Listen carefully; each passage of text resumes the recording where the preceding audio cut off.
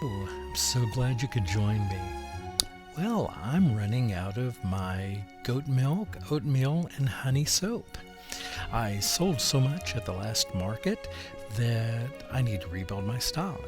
This is a real favorite, so I like to keep plenty of it on hand, and I'm going to be making a rather large batch this time, 3 loaves. And I just look forward to showing you how I put mine together.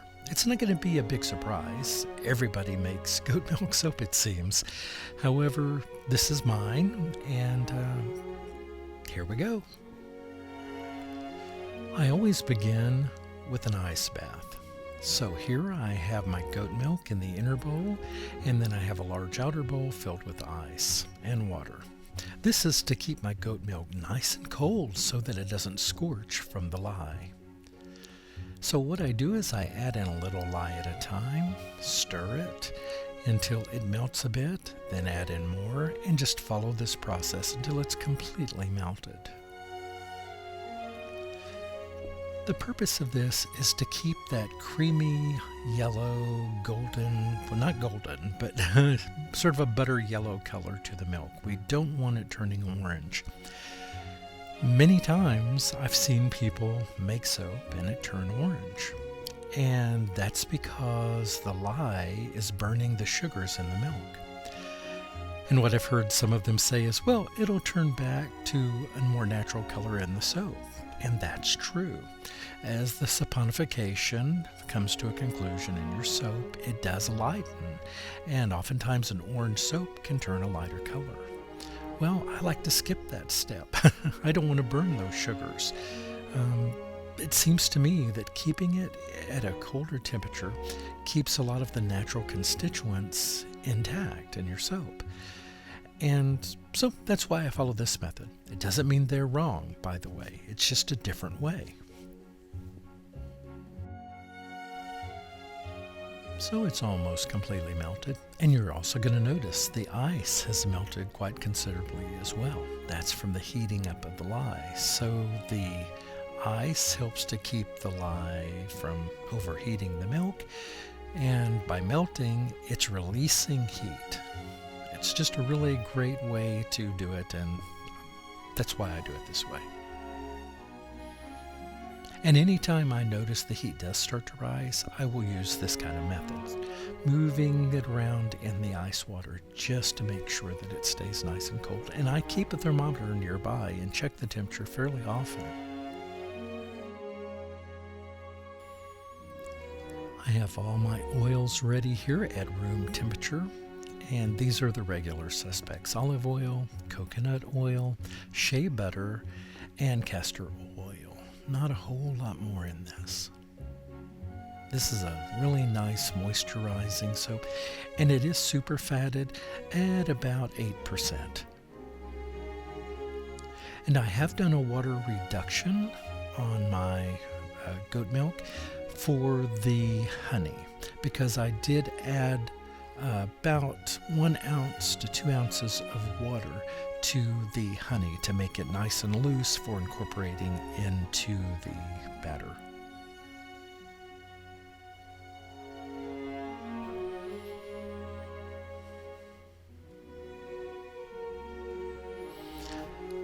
Now, I'll do some stick blending on this for a bit and some stirring. I tend to go back and forth during this process so I can check it. How's it doing? Is it thickening up? Is it getting too thick? Because when I add this oatmeal in, it really can thicken up. So you want to be very careful, because you don't want this to turning into a real thick pudding too soon. Or you can. There's nothing wrong with that method. You can then plop it into your mold and still end up with a great soap.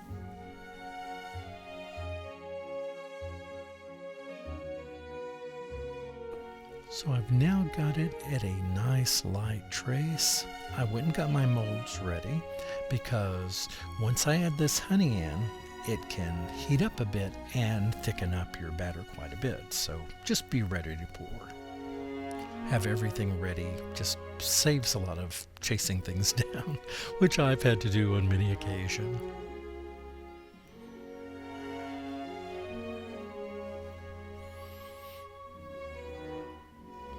go.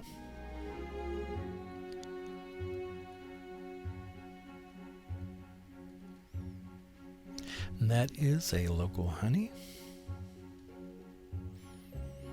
And anytime you get the opportunity to get honey from your local area, please do. If you have allergies like hay fever, or you're allergic to ragweed, or to oak pollen, or whatever the case may be, a lot of times the honey will contain trace amounts of each of those types of pollen. And if you eat that kind of honey, it can make you less allergic. Just something to try. In soap, I don't think it much matters. I use it because it's local. It's actually a little cheaper, but also it's really good honey.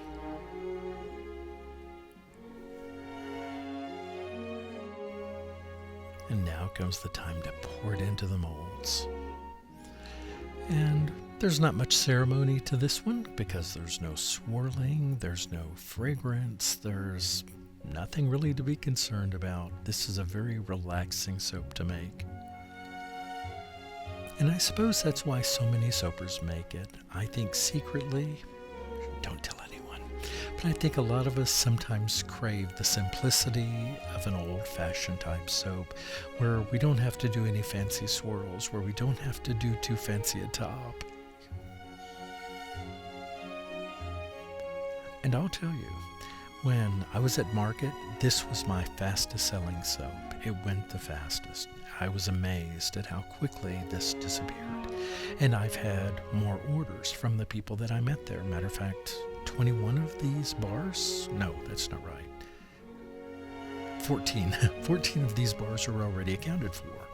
So they are a popular and a well-loved soap. And if you just follow these very basics, you can't really go wrong.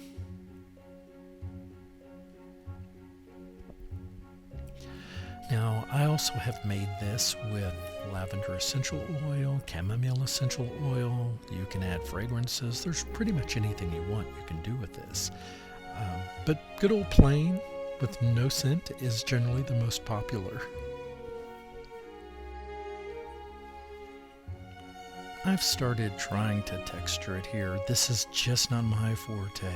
I've tried this several different ways, and no matter how I do it, it looks the same. I've tried the forking method. I've tried the come in from the side method, right down the middle. Any way I do it, it just looks the same. What I need is a hands-on instructor. So I may travel to see one of you that are really good at this and have you teach me. You know who does a fantastic job of this is Asia. I just love the work that she does. And it looks so simple, but I try it and it goes, eh. All right, fantastic. So let's move on to the additions. So, as expected, top it with some oatmeal. And I just don't think anything fits better than just adding good old oatmeal to the top.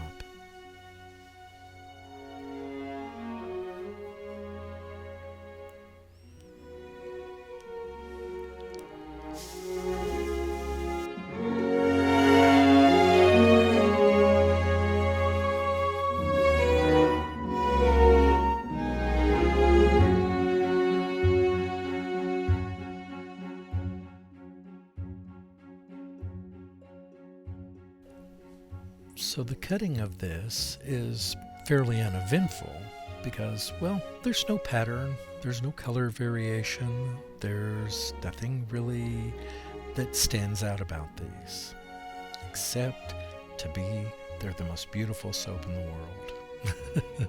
Not because I made them, I just love this soap.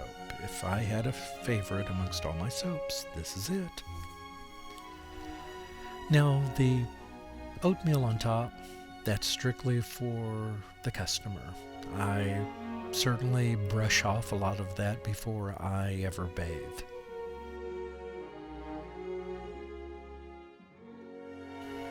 It's the oatmeal on the inside that matters to me, because not only is it a very gentle exfoliant, because this is ground into a very fine powder, but oatmeal just leaves this most wonderful feeling on the skin, no matter how dry your skin may be, whether it be summer, winter, whenever.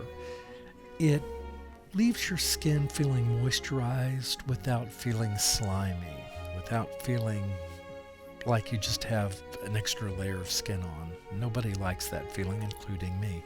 And I really like that. It rinses clean.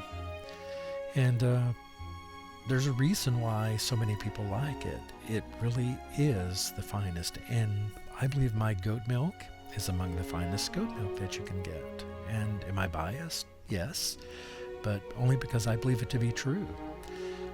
The honey being a local honey, don't let anyone tell you that there is organic honey. Now I'm going to tell you why. Because bees go where they want to go. Sure, you can put them in a pasture of 500 acres of an organic flower. Bees will travel. Bees do travel. And they leave a trail of scent, and they do a dance, and they lead all the others there as well. So organic honey is a great goal to have, but it's near impossible to promise that honey is organic. I'd like to now announce the winner of the drawing for the coffee mousse butter. I know, I never can stick to a name. It's Donna Hines.